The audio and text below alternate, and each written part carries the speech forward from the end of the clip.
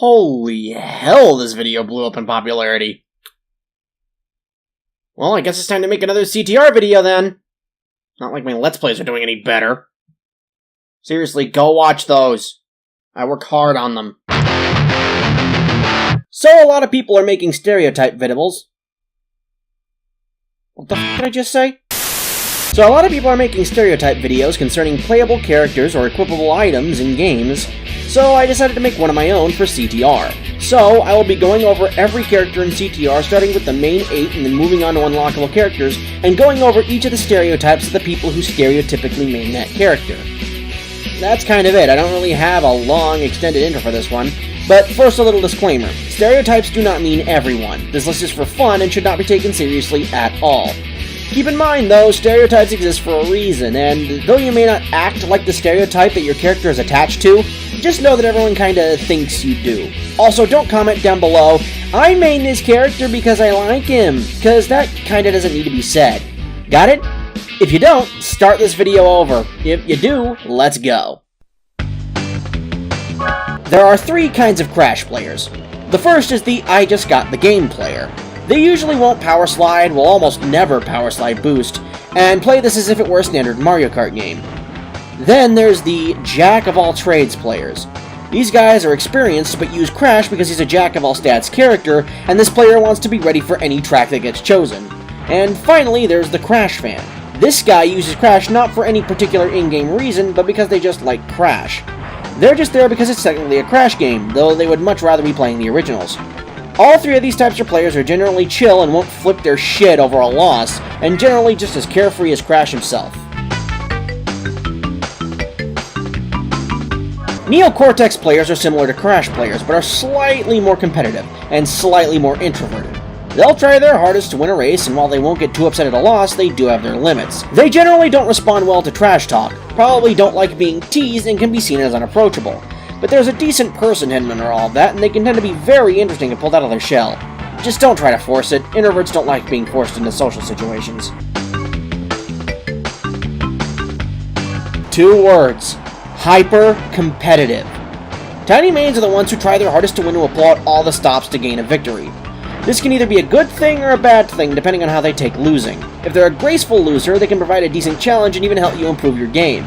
But most likely, they're not graceful losers and will cry bullshit every time they lose. Expect a lot of salt from these guys if things aren't going their way. They generally pick Tiny because they realize that the advanced characters are the biggest advantage in the game and the least amount of drawbacks due to the way CTR's mechanics work. But some Tiny players actually believe that Tiny is the best character in the game. Like, they specifically believe Tiny has better stats than Dingodile, which isn't true, they're both the same. Due to this belief, expect them to complain or even outright not play if they can't pick Tiny.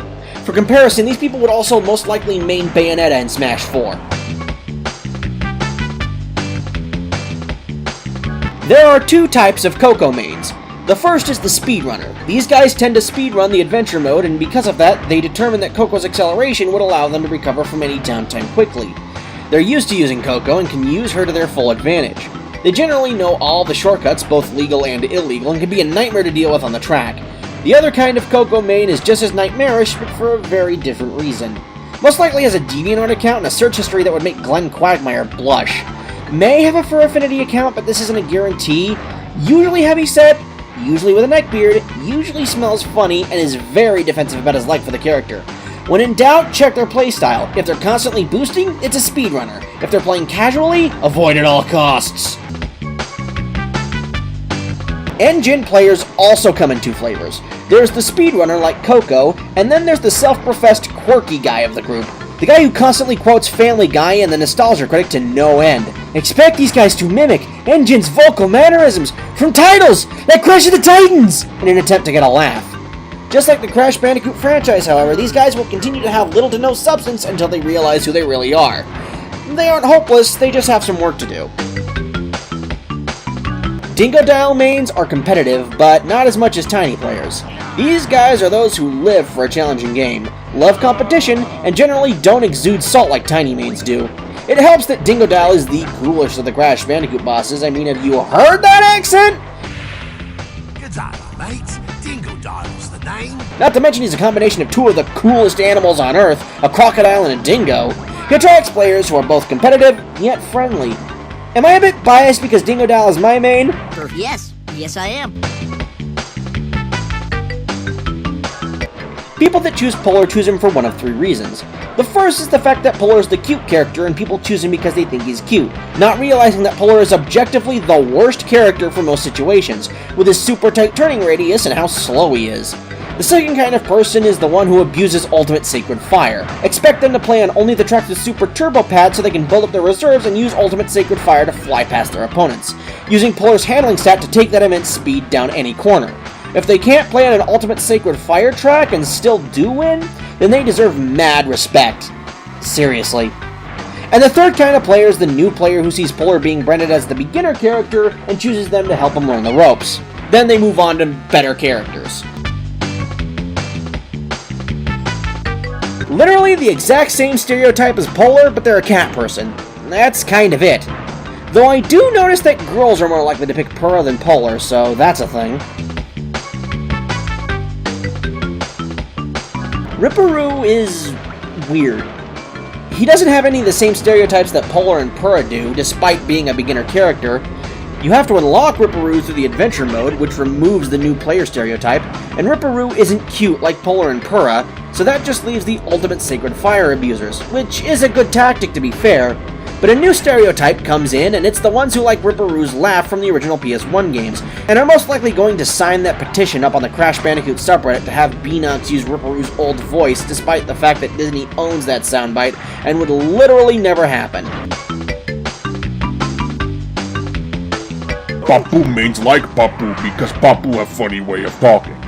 Probably start race quoting Papu's boss speech. Constantly try to be funny and sometimes get laugh. Though is generally pretty good friend and will quote Papu lose speech when they lose. It helps that Papu players pretty good in game and not too grumpy. For comparison, Papu players most likely main King DDD in Smash.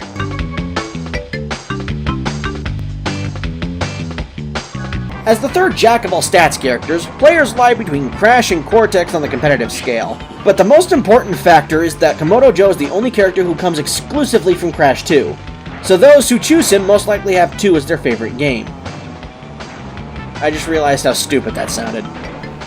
These players can offer a decent challenge, but will more often than not complain that Komodo Mo isn't a character. Pinstripe is interesting.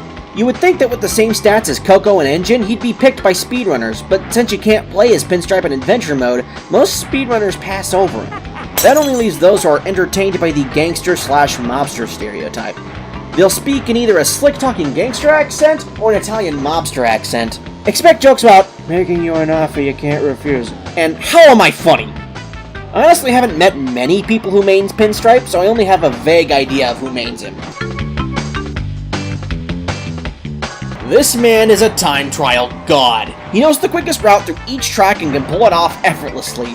And since he mains an advanced character, not even items will help you now. With this guy, you either get good or go home. Personality-wise, Entropy players are very quiet and will show little emotion, if any.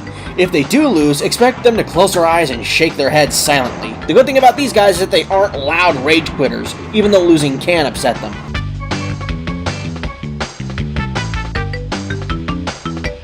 You're a Crash main and Crash was already taken. Either that or you're Japanese. They really love that guy. Wait, I forgot someone? Oh yeah, hang on.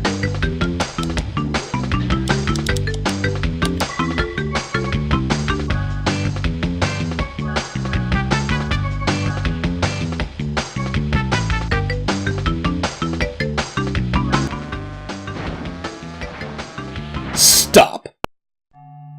Penta Penguin players are not having fun. You are not having fun. No one is having fun when Penta's around.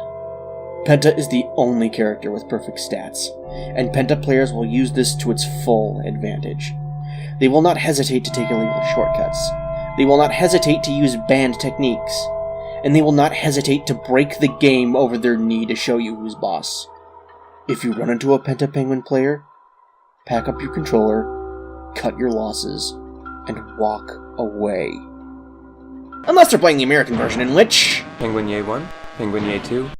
Hey, thanks for watching. If you got offended at your stereotype, you really shouldn't because this video was entirely for fun. And if you liked it, why not subscribe and ring the bell to receive notifications about new videos? It takes 2 seconds and can only benefit you. Was there a stereotype I missed? Comment down below and tell me what it was, or just to say how crap my video was.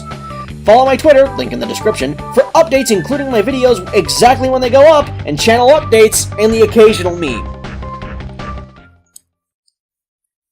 Do I need to come up with a sign-off, or is just saying goodbye okay?